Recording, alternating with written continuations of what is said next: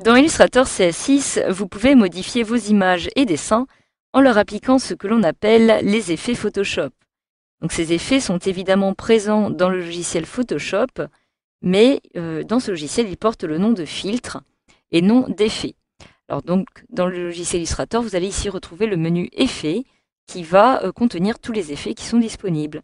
Alors qu'il s'agit en fait des effets que vous allez retrouver dans votre logiciel Illustrator. Alors, ces effets fonctionnent aussi bien pour les photographies comme pour les dessins.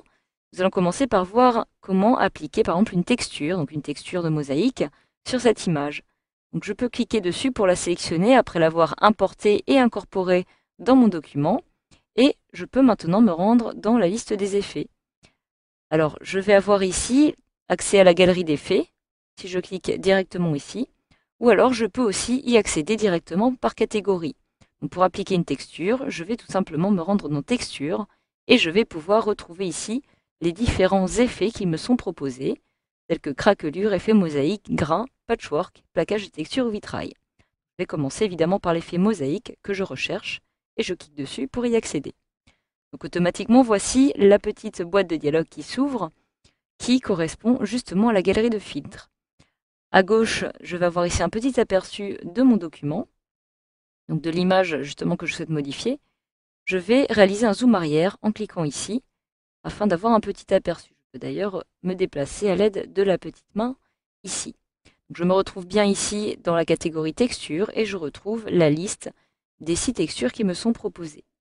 Alors je vais avoir ici, pour l'effet mosaïque, que j'ai sélectionné différentes options, à commencer par la taille du carreau. Donc comme vous pouvez le voir, il y a ici différents petits carreaux qui apparaissent ici assez petits.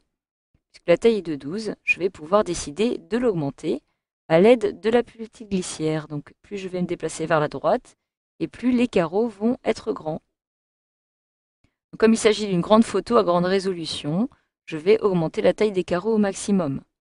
Alors chaque carreau est séparé par un joint. Vous pouvez, si vous le souhaitez, décider d'augmenter sa taille. Évidemment, plus je vais augmenter l'épaisseur du joint et plus il y aura d'espace entre chaque carreau.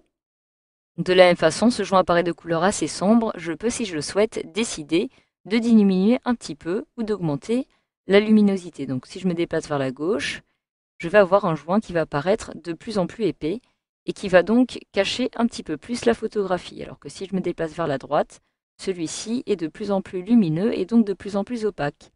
Donc, je vais conserver cette luminosité, mais une épaisseur un petit peu plus faible. Une fois que j'ai appliqué ces modifications, je peux cliquer sur OK pour valider. Une petite fenêtre m'indique la progression de l'application de mon effet. Et voilà, je viens donc d'appliquer un effet de mosaïque sur ma photographie.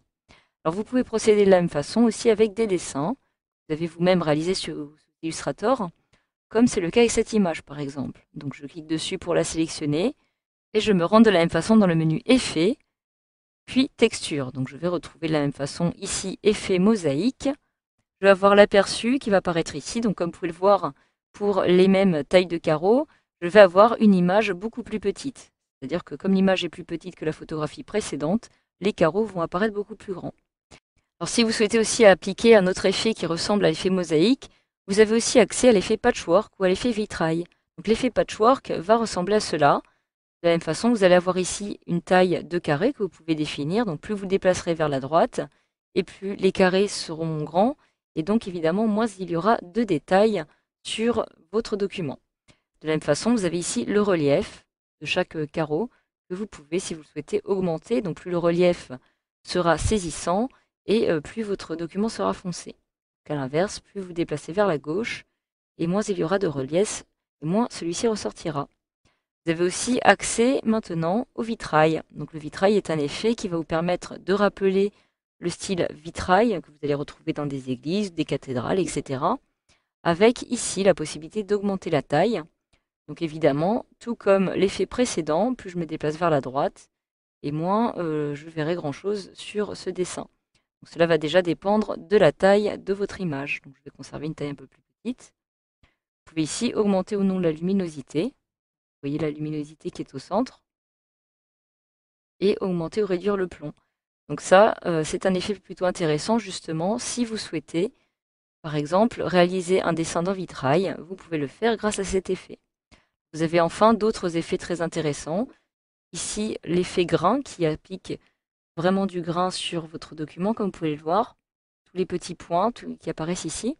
Ou alors l'effet craquelure, qui est très intéressant et qui donne réellement une impression que mon dessin se trouve sur un papier craquelé. Donc voilà, une fois que vous avez justement sélectionné l'effet de votre choix, vous pouvez cliquer sur OK pour valider. Et voilà, vous savez maintenant désormais comment appliquer une texture sur une image avec Illustrator CS6.